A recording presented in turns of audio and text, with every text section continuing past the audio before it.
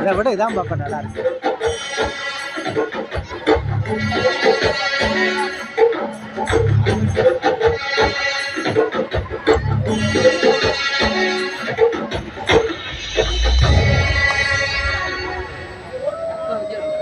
மனிதர் நாகரீகம் எனும் குடிலில் ஏறி வசிக்கத் தொடங்கும் முன் ஒலிகள் அரைக்கூவல்களாய் வடிவம் பெற துவங்கிய காலம் தொட்டு கல் தோன்றி மண் தோன்றா காலத்தில் முன் தோன்றிய மூத்த மொழி அன்னை தமிழ் மொழி.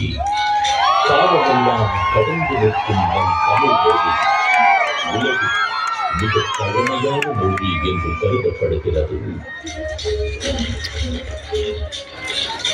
மொழிகளுக்கெல்லாம் தாய்மொழியாக திகழ்ந்து தமிழரின் வரலாறு, வாழ்வியல், அறம், மாண்பு மற்றும் கலாச்சாரத்தின் அடையாளமாக விழுந்து வரும் அன்னை தமிழ் மொழியின் தொன்மையை அதன் பண்பாடு, இலக்கியம், சிற்பக்கலை, ஓவியக்கலை, கட்டிடக்கலை மற்றும் கல்வெட்டுகளில் காண முடிகிறது.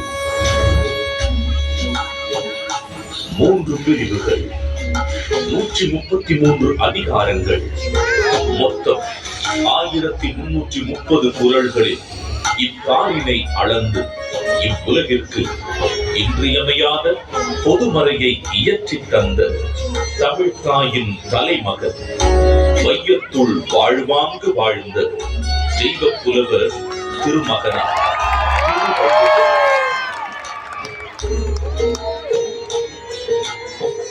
ஐயன் வள்ளுவரின் பிறந்த வருடம் தமிழக அரசால் கிமு 31 என்று வழங்கப்படுகின்றது. சென்னையின் மயிலாப்பூரில் வாழ்ந்ததாக கருதப்படும் இவர் காவிரி பாக்கத்தை ஒட்டி வாழ்ந்து வந்த மார்க் செயின்ட் என்பவரது மகள் வாசுகியை மணமுடித்தார் என்றும் கூறப்படுகின்றது.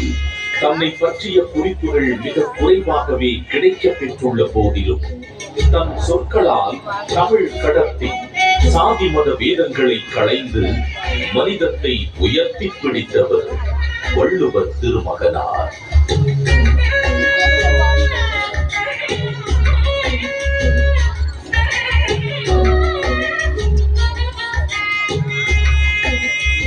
சுமார் 2000 ஆண்டுகள் பழமையான சங்க இலக்கியத்தில் 11 கீழ்கணக்கு நூல்களில் ஒன்றான திருக்குறளை தமிழ் மொழியின் தலைசிறந்த நீதி நூல்களில் ஒன்றென கூறலாம்.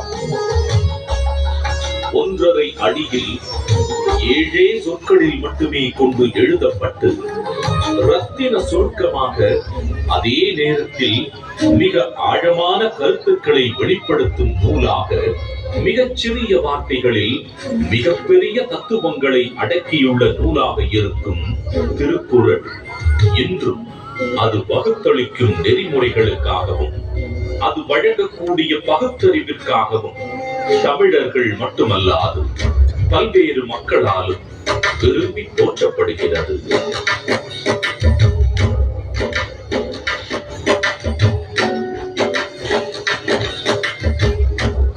அறம், பொருள், இன்பம் என்று 3 பிரிவுகளாக அமைய பெற்றுள்ள திருக்குறளில் முதல் பகுதியான அறம் எனும் பிரிவில் மனித ஒழுக்கத்திற்கு அடிப்படையான மெய்யியல் மற்றும் தத்துவார்த்த கோட்பாடுகள் நிறைந்துள்ளன. உதாரணத்திற்கு, காலத்தினால் செய்த நன்றி சிறிதெனினும் ஞாலத்தின் மானப் பெரிது எனும் குறள் ஒருவர் செய்யும் உதவி மிகச் சிறியதாக இருந்தாலும் அதை தக்க காலத்தில் செய்தால் அது இவ்வுலகை விட பெரியது என்று கூறுவதன் மூலம் நட்பின் மேன்மையையும் உதவி செய்வதன் முக்கியத்துவத்தையும் எடுத்துரைக்கிறது. அடுத்த பிரிவான பொருட்பாலில் வாழ்வுக்கு தேவையான பொருளீட்டுதல், சுய மற்றும் சமூக முன்னேற்றத்திற்கான குறள்கள் இடம்பெற்றுள்ளன.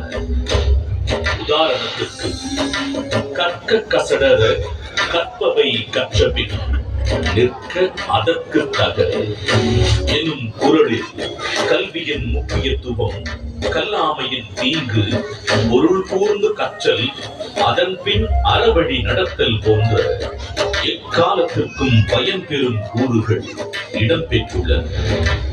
மூன்றாம் பிரிவான இன்பத்து பாலில் இல்வாழ்க்கைக்கு தேவையான அகக்கூறுகள் இடம்பெற்றுள்ளன. உதாரணத்திற்கு, உடம்பொடு உயிரிடை எண்ணமற்றன, மடந்தையொடு எம்மிடை நட்பு எனும் குறள் உடலும் உயிரும் பிரியாமல் ஒன்றாக இருப்பது போல இல்லற வாழ்க்கையில் இருப்போர் ஒன்றாக இருத்தல் வேண்டும் என்ற பொருளுடன் காதலின் சிறப்பையும் இல்வாழ்வின் மேன்மையையும் உணர்த்துகிறது. ஏறத்தாழ 60க்கும் மேலான உலகின் பல்வேறு மொழிகளுக்கு மொழிபெயர்க்கப்பட்ட திருக்குறள் உலகெங்கும் அதிக அளவில் மொழிபெயர்க்கப்பட்ட சமயம் சாரா நூல்களில் ஒன்றாக திகழ்கிறது.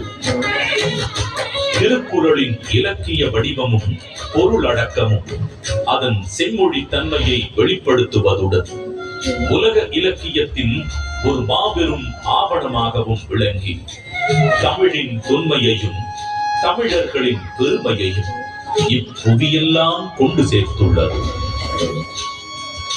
வள்ளுவருக்கும் அவருடைய குறளுக்கும் பெருமை சேர்க்கும் வண்ணம் அன்றைய தமிழகத்தின் முதலமைச்சர் அறநூலாக விளங்கும் சமத்துவ நூலா திருக்குறள் கரைகள் தாண்டி கண்டங்கள் கடந்து மனிதர்களின் இருள் சூழ்ந்த இடங்களில் ஒளி வீசி அறவழியை காட்டுகிறது. தமிழர்களின் பெருமையை பாரினில் உயர்த்தி பிடித்திருக்கும் திருக்குறள் வள்ளுவர் நம் தமிழ் அன்னைக்கு சுட்டி இருக்கும் மாட்சிக்குரிய மணிமகுடம்.